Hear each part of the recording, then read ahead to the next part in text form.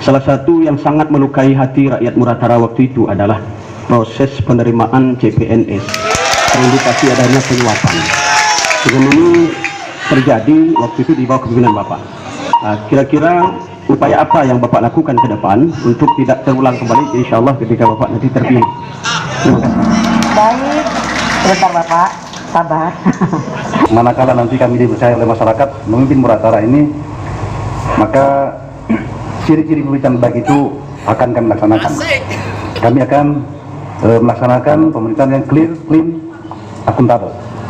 Tentu reformasi birokrasi kami galakkan sejak dari rekrutmen dari suatu jabatan. Kami akan pilih orangnya sesuai dengan kemampuan dan kapasitasnya.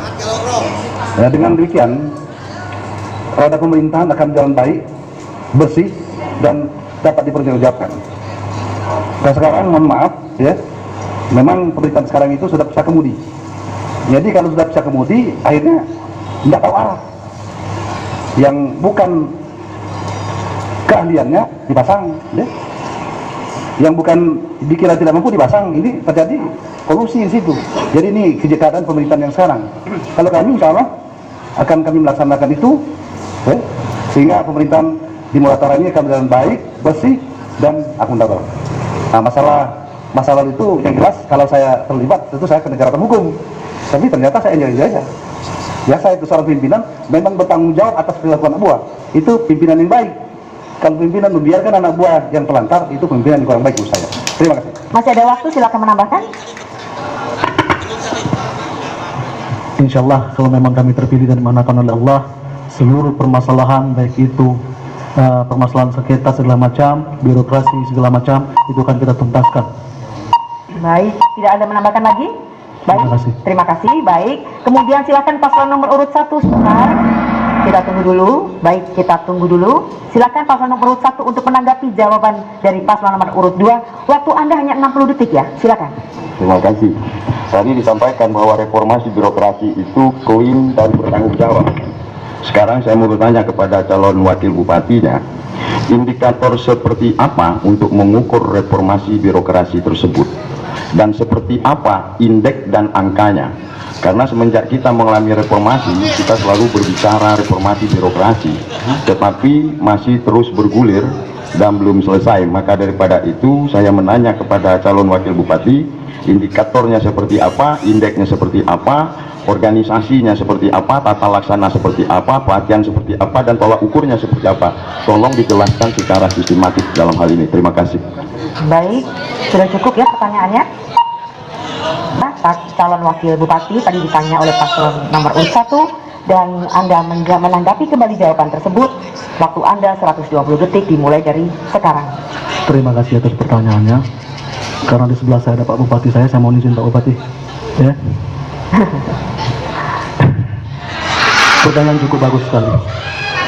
Reformasi birokrasi. Jadi apa yang harus kita lakukan? Reformasi kita harus menempatkan jabatan seseorang itu sesuai dengan pendidikannya, menempatkan jabatan seseorang itu sesuai dengan kemampuannya.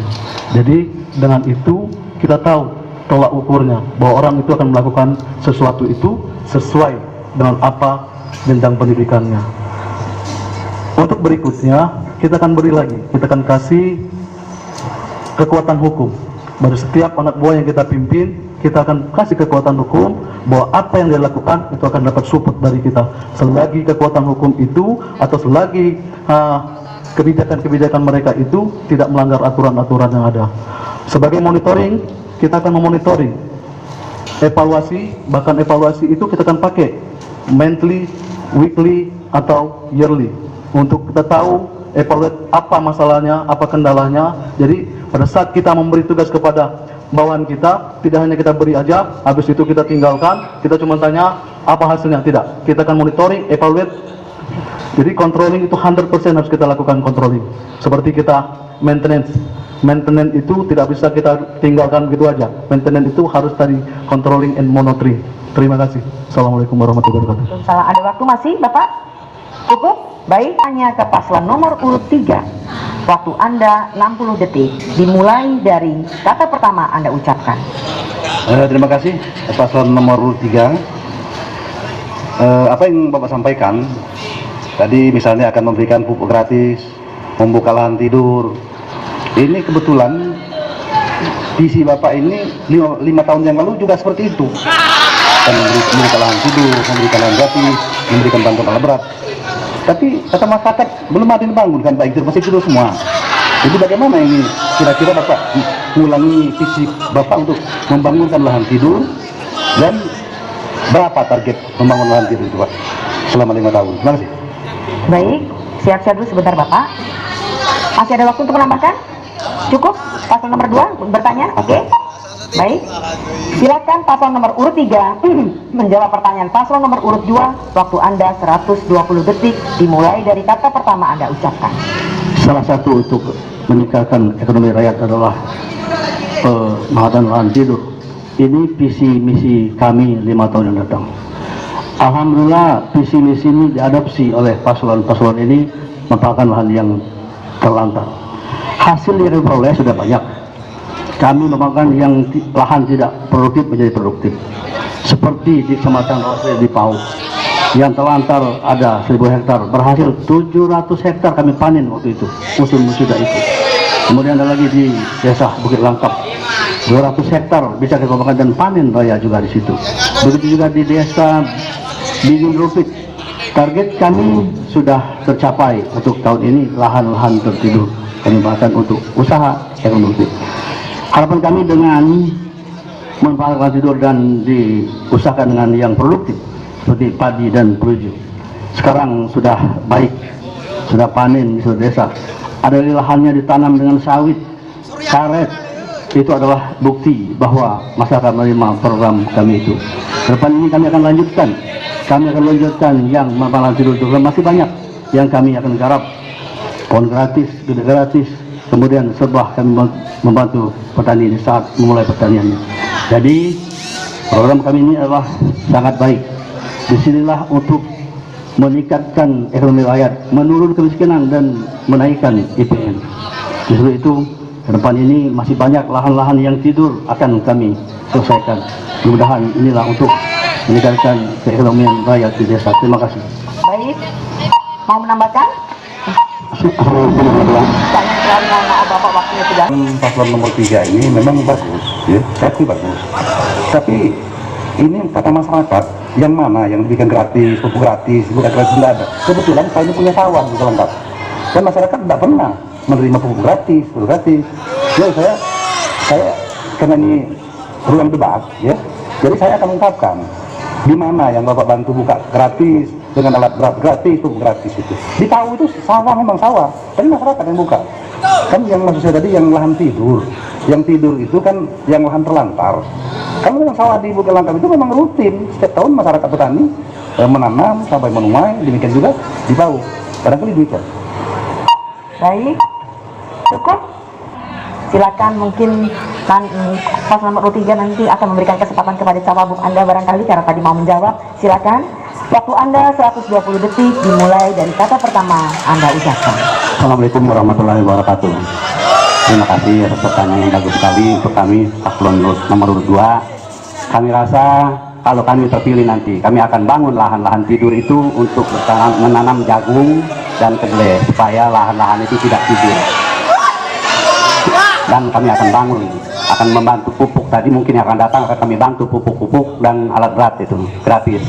Sekian, assalamualaikum warahmatullahi wabarakatuh. Baik, silakan ditambahkan Bapak. Selama 5 tahun terakhir ini, data yang ada di kantor kami telah memberikan bibit kepada petani antara lain bibit karet 487.500 batang, bibit kopi 108.000 batang, bibit kakao 62 batang, dan bibit aren 97.000 batang. Selama 5 tahun sawah yang kami garap yang terlantar tadi seluas 1.726 hektar, memberikan bantuan pembenihan ikan rakyat, ikan dan pakan, memberikan bantuan kerambah yang apung dan kolam terpai. Ini upaya kami untuk mensejahterakan rakyat di desa sehingga ekonomi bertambah, kemudian terlepas dari kemiskinan. Miskin di Muratara ini saya jelaskan adalah warisan daripada induknya. Kalau dilihat masyarakat Muratara tidak miskin, tidak miskin. Sekarang kita bandingkan kabupaten lain, ini hasil BPS. Ada satu daerah 380, dia tidak miskin. Tapi Muratara dengan 410 itu miskin. Miskin adalah ada hal yang menjadi ganjalan bagi kami. Muratara belum punya pasar induk. Ini hasil survei, hasil BPS bahwa Muratara harus dibangun pasar induk pada 2021 misalnya. Setelah tepat dari miskin. Baik, Bapak, terima kasih. Waktu Anda nomor urut 1. Baik, silakan waktu Anda. Terima kasih moderator. Untuk paslon nomor 1. Sekarang ini banyak akan terjadi pertumbuhan ekonomi yang luar biasa di Muratara. Pertanyaan saya, apa upaya yang akan saya lakukan untuk memberikan bonus demografi di Musyawarah Saudara? Silakan. Baik, siap-siap. Pertumbuhan ekonomi Muratara luar biasa. Ya, Muratara tidak luar biasa sekarang sebagai wakil bupati, sebenarnya tidak luar biasa Pak, itu tanggung jawab kita berdua. Kalau ditanya proses demografi, benar, anak-anak muda milenial Muratara banyak sekali nganggur. Tadi sudah saya sampaikan bahwa 3,7%. Nah, kalau Bapak menanya bonus demografi ini bagaimana solusinya, ya saya akan menciptakan lapangan kerja baru untuk anak-anak milenial ini. Caranya seperti apa? Salah satunya yaitu program pemberdayaan ekonomi pemuda desa dengan adanya UKM, di mana saat ini dikarenakan pandemi COVID, pemerintah pusat melalui perbankan nasional itu menggelontorkan stimulus modal kerja kepada anak-anak muda dan ibu-ibu desa. Jadi untuk anak-anak muda dengan demografi yang besar ini kita develop, kita kembangkan agar mereka menjadi para UKM kreatif di desa masing-masing dengan adanya stimulus dari perbankan. Dan tentu saya, kalau saya jadi bupati, saya akan anggarkan dan akan saya didik mereka untuk belajar itu sampai mereka berhasil.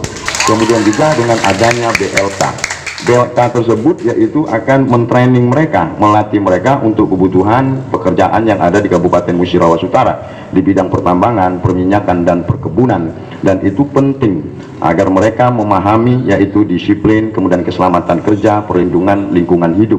Jadi demografi, bonus demografi anak-anak muda ini memang sangat menarik dan akan saya selesaikan kalau saya menjadi Bupati Kabupaten Musyawarah Utara dengan program yang saya jelaskan tadi. Terima kasih. Baik, terima kasih paslon nomor urut 1. Silakan paslon nomor Pertumbuhan ekonomi dengan perubahan struktur umur penduduk ini, ada dua hal yang mengakibatkan. Pertama, kalau tidak diolah dan yang benar-benar menjadi pengangguran. Tapi kalau diolah dan ini sebaik menjadi tenaga yang produktif. Kalau menjadi pengangguran akan menambah kemiskinan lagi di Muratara. Saran saya, meminit yang usia pertumbuhan ekonomi yang produktif ini kearahkan yang lebih baik.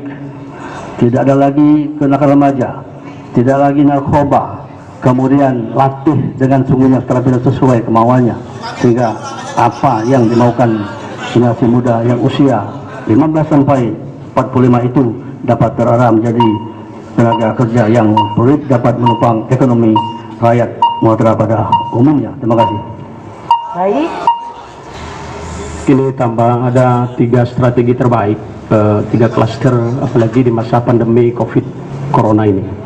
Pertama, rawan kemiskinan. Jadi di samping memang kondisi masyarakat Muratara membutuhkan terobosan, tapi karena pandemi ini juga itu rawan kemiskinan. Jadi yang harus kita lakukan adalah melakukan penjaminan terhadap kebutuhan dasar. Kemudian yang kedua adalah rawan pengangguran. Jadi memperbanyak porsi untuk padat karya tani dan pengembangan UMKM. Kemudian yang ketiga, ketika itu nanti terjadi rawan politik atau keamanan. Jadi di sini kita menggandeng aparat kepolisian untuk mensinergikan melalui Forkopimda dalam melakukan pemetaan upaya preventif serta resiko keamanan yang terjadi di Kabupaten Musyawarah Utara.